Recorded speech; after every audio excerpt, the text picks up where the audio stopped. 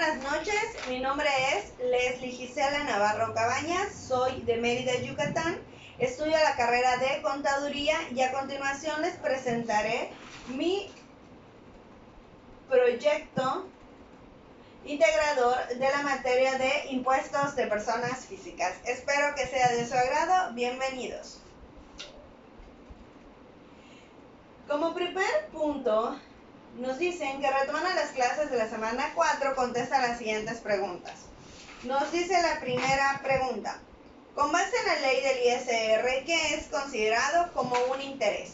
A grandes rasgos, el interés es todo lo que nos cobran, ¿verdad? Por un préstamo de dinero, por comprar alguna ropa, algún objeto, ¿verdad? Y lo pasamos cuando dicen el famoso a meses sin intereses o a mensualidades fijas. Siempre, ahora sí que como dice, ¿no? Nadie te presta dinero sin algún interés. Entonces, para mí, yo la definiría, o la palabra que se vendría a mi mente cuando me dicen la palabra interés, es un pago por un préstamo de un dinero. Yo así definiría lo que es un interés, pero vamos a ver qué es el interés de acuerdo a la ley del ISR. Nos dice, la ley del impuesto sobre la renta, menciona en su artículo 8 que los considerados como intereses serán los rendimientos de créditos de cualquier clase, los rendimientos de la deuda pública, de los bonos y obligaciones, incluyendo descuentos, primas y premios, los premios de reportos o de préstamos en valores, el monto de las comisiones que correspondan con motivo de apertura o garantía de créditos. Siguiente sería el monto de las contraprestaciones correspondientes a la aceptación de un aval, el otorgamiento de una garantía o de la responsabilidad de cualquier clase, excepto cuando dichas contraprestaciones deban hacerse a instituciones, seguros o fianzas, y la ganancia en la enajenación de bonos, valores y otros títulos de crédito, siempre que sean de los que se colocan entre el gran público inversionista. Eso a grandes rasgos es lo que es el interés para la ley del impuesto sobre la renta. ¿Sale? La siguiente pregunta o concepto nos pide, realiza el cálculo anual de una persona física que obtuvo ingresos con intereses con base en los datos de la actividad A7. ¿Ok?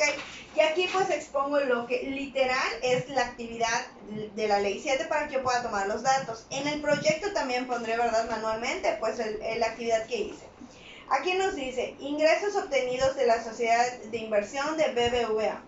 Nos dice, intereses nominales serían 150,000, los intereses reales serían 80,000. La ISR retenido por intereses serían 10,000. Aquí empieza. Intereses obtenidos de una cuenta de inversión de HSBC. Intereses nominales puse 80,000, los intereses reales serían 70,000. El ISR retenido por intereses sería de 6,000. Las deducciones personales o donativos,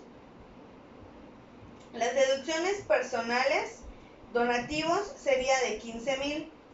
La determinación de ingresos acumulables, ingresos por intereses reales, serían de 150,000. Determinación del ISR, ingresos acumulables, serían 150,000. Deducciones personales serían 15,000. La base del impuesto entonces me quedaría en 135,000. Límite inferior 123,580. Por lo tanto, el excedente me quedaría en 11,420. El excedente es del 21.36%. Por lo tanto, el impuesto es de 2,439.31. Más la cuota fija que son 13,087, me da el impuesto determinado por 15,526.31, menos las retenciones que son de 17,000, a mí me daría un impuesto en contra de menos 1,473.69. Bien, el siguiente nos dice, ¿qué debemos tomar en cuenta para el cálculo del impuesto al obtener un premio? Definitivamente, siempre que obtengamos un premio pues en dinero, es un ingreso que estamos teniendo, que esto es igual a todos nuestros ingresos, tenemos la obligación de declararlos ante el SAT. Pero vamos a definirlo de una mejor manera. Nos dice, son considerados ingresos por la obtención de premios los derivados de la celebración de loterías, rifas, sorteos, juegos con apuestas y concursos de toda clase, autorizados legalmente según lo estipula la ley del impuesto sobre la renta. Toda persona física que percibe ingresos por premios deberá declarar dicho ingreso según lo estipula el artículo 90 de la ley del impuesto sobre la renta, que menciona que las personas físicas que viven en México están obligadas a informar en su declaración anual sobre los préstamos, donativos y premios obtenidos en el mismo año, siempre que estos en lo individual o en su conjunto excedan la cantidad de 600,000 pesos. Nos dice que el ISR a pagar por conceptos de premios, de loterías, sorteos y demás será calculado con una tasa del 1% sobre el importe del premio sin deducción alguna, siempre que las entidades federativas no tengan un impuesto local para dichos ingresos o el gravamen de la federación no rebase del 6%. Entonces, eso es lo que tenemos que tomar en cuenta a la hora de hacer el cálculo del impuesto, ¿ok? Que no rebase los 600,000 pesos al año, ¿sale? Y los porcentajes mencionados. Nos dice lo siguiente: ¿cuál es la razón por la cual una persona puede obtener dividendos y a qué se está obligado a recibirlos? Muy bien. Para empezar, hay que definir lo que es un dividendo. Un dividendo es una parte de las ganancias que obtiene la sociedad o los accionistas y demás. Muy bien. Tú al recibir esta parte que es considerada el dividendo, obviamente es un ingreso que estás recibiendo. Por tal motivo también lo tienes que declarar y por tal motivo tus ingresos están aumentando. Esto va a traer como resultado que también el pago de tus impuestos va a aumentar. Vamos a definirlo. Nos dice, lo encontramos en el artículo 140 de la ley del ISR. Un dividendo es una parte de las ganancias de una sociedad o empresa que es distribuida constantemente entre los accionistas que forman parte de la organización. En cuanto a las obligaciones, el artículo 140 de la ley del ISR establece que las personas físicas que obtengan ingresos por dividendos deberán acumular sus ingresos ordinarios, los obtenidos por dichos dividendos o utilidades. También indica que las personas físicas estarán sujetas a pagar una tasa adicional del 10% sobre los dividendos o utilidades distribuidos por las personas morales residentes en México. Las personas morales tienen la obligación de retener el ISR cuando distribuyan dividendos o utilidades y enterarlo conjuntamente en el pago provisional del periodo que corresponda. Dicho pago será definitivo según lo estipula la ley del impuesto sobre la renta. Siguiente concepto, nos dice, ¿en qué consiste el impuesto al valor agregado? El impuesto al valor agregado, que cuando lo decimos abreviadamente, decimos el famosísimo IVA. Todos los productos, actividades que paguemos, si nos fijamos en nuestras notas, siempre dice subcuenta, cuenta total, pero ahí está desglosado nuestro IVA. Todo tiene IVA. Todo lo que nosotros adquiramos tenemos que pagar IVA. Vamos a definirlo. ¿En qué consiste? El impuesto al valor agregado IVA es un impuesto que grava el valor agregado de un producto o de un servicio en las distintas etapas de su producción. Es una carga fiscal indirecta que se aplica al costo final de bienes y servicios, como es ropa, artículos electrónicos, servicios de telefonía, alimentos. Las personas físicas y las personas morales están obligadas al pago de este impuesto. Ahora, ¿quiénes están obligados al pago de IVA? El impuesto al valor agregado lo encontramos en el artículo primero a los sujetos a pagar el impuesto, que son las personas físicas en territorio nacional que realicen las siguientes actividades que les vamos a enumerar. Primera, enajenen bienes, o sea, venden bienes. Presten servicios independientes, como por ejemplo un abogado presta un servicio independiente porque da asesoría laboral. Otorgan el uso o goce temporal de bienes e importen bienes o servicios. Algunos ejemplos serían cualquier comerciante, un abogado, un arrendador y cualquier comerciante que traiga del extranjero a México algún bien, como es un automóvil. Muy bien, entonces, la ley del IVA, ¿verdad? En todo lo vamos a pagar. Bien, yo actualmente laboro en lo que es el AFI, que es la Agencia de Administración Fiscal de Yucatán, es Hacienda Estatal. Estoy en el área de auditoría, específicamente en el departamento de cartas. ¿Qué son las cartas? Las cartas de invitación, como su nombre lo indica, es una invitación a regularizar la situación fiscal del contribuyente. Esto quiere decir que no es que esté llevando yo una multa o yo te esté requiriendo, simplemente te estoy invitando. Las declaraciones se hacen mensualmente, ¿verdad? Entonces vencen el día 17, por lo tanto yo a partir del día 18 salgo a distribuir estas cartas.